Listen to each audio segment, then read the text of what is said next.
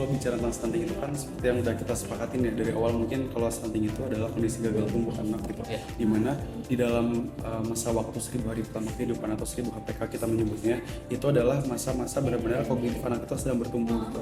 Jadi makanya sekali lagi stunting itu bukan hanya terkait keterbatasan fisik juga, tapi berkaitan juga dengan kognitifnya, bagaimana seorang anak itu bisa menyerap ilmu yang memang dia dapatkan sedari dini mungkin kayak gitu. Jadi sempat dengar gak sih kalau misalkan ada anggapan kayak bukan anggapan tapi statement bahwa nyebutin kalau misalkan orang dengan tubuh kecil atau tubuh pendek itu belum tentu stunting, tapi stunting itu udah pasti pendek. Nah, itu bisa kita sepakatin juga di awal gitu untuk konsep perbedaan stunting dengan genetik.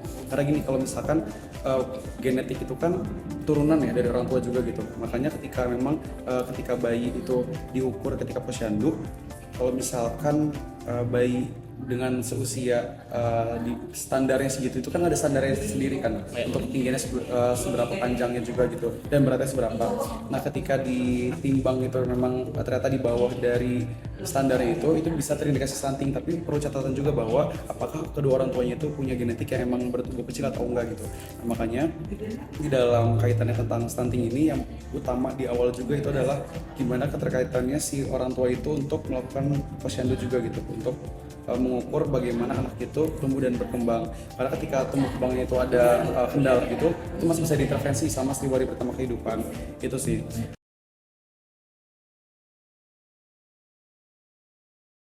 Indikator utama yang bisa kita perhatikan dan kita lihat dari anak yang mengalami stunting tersebut adalah dari tinggi badannya.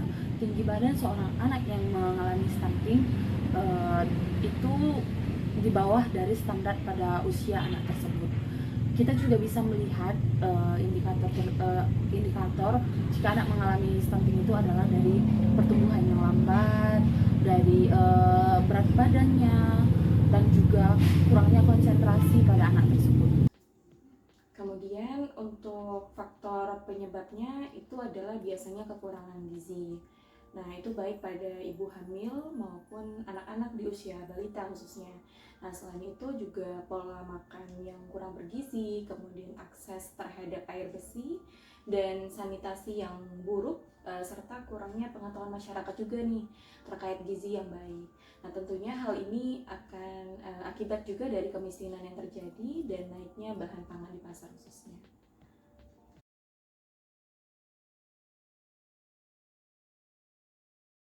Kita dulu nih awal kita data, kita kasih penyuluhan, kita ajak ke posyandu, kita ukur nih berat badan, timbangannya bagaimana, naik turun apa turun. Jadi jangan sampai ibu hamil dan calon balita tadi jangan sampai kena stunting. Jadi kita bantu asupan gizinya, kita bantu misal kita kasih susu. Biasanya kalau dari puskesmas itu ada bantuan susu, telur, ayam. Itu untuk ibu yang hamil. Yang ini makanya kita setiap ada orang hamil kita data kan, kita data siapa yang hamil. Nah, nanti kita kasih penyuluhan. Nah, nanti penyuluhan cuma nggak penyuluhan doang, kita bawa pulang, kita bawain sembako gitu. Secara garis besar sebenarnya untuk penanganan tuh kebagi dua mas, ada intervensi gizi spesifik dan intervensi gizi sensitif. Kalau spesifik itu kan yang berkaitan dengan pemenuhan gizi anak-anaknya gitu. Sedangkan kalau gizi sensitif itu adalah kita mengintervensi dari hal-hal yang memang menjadi sumbernya gitu, kayak misalkan sanitasinya seperti apa gitu. Tapi kalau bicara tentang spesifik ini kan lebih kompleks banget ya, dan lebih banyak juga gitu upaya-upayanya.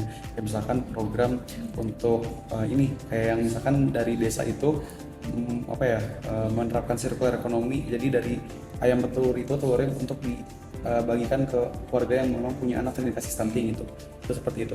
Kalau itu ya kita penyuluhan.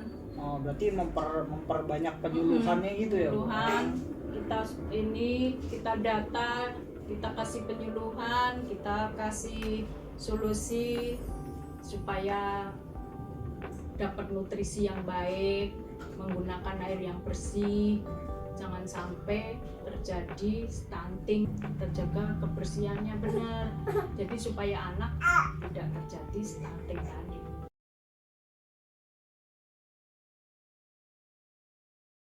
Jadi kita tetap kasih penyuluhan. Kadang kalau ibunya nggak mau, kita datengin ke rumahnya. Jangan takut dan jangan minder. Kita dari pihak puskesmas itu malah ngasih gizi, ngasih bantuan istilahnya, bantuan susu, kayak asupan gizi, supaya anak tidak terjadi stunting.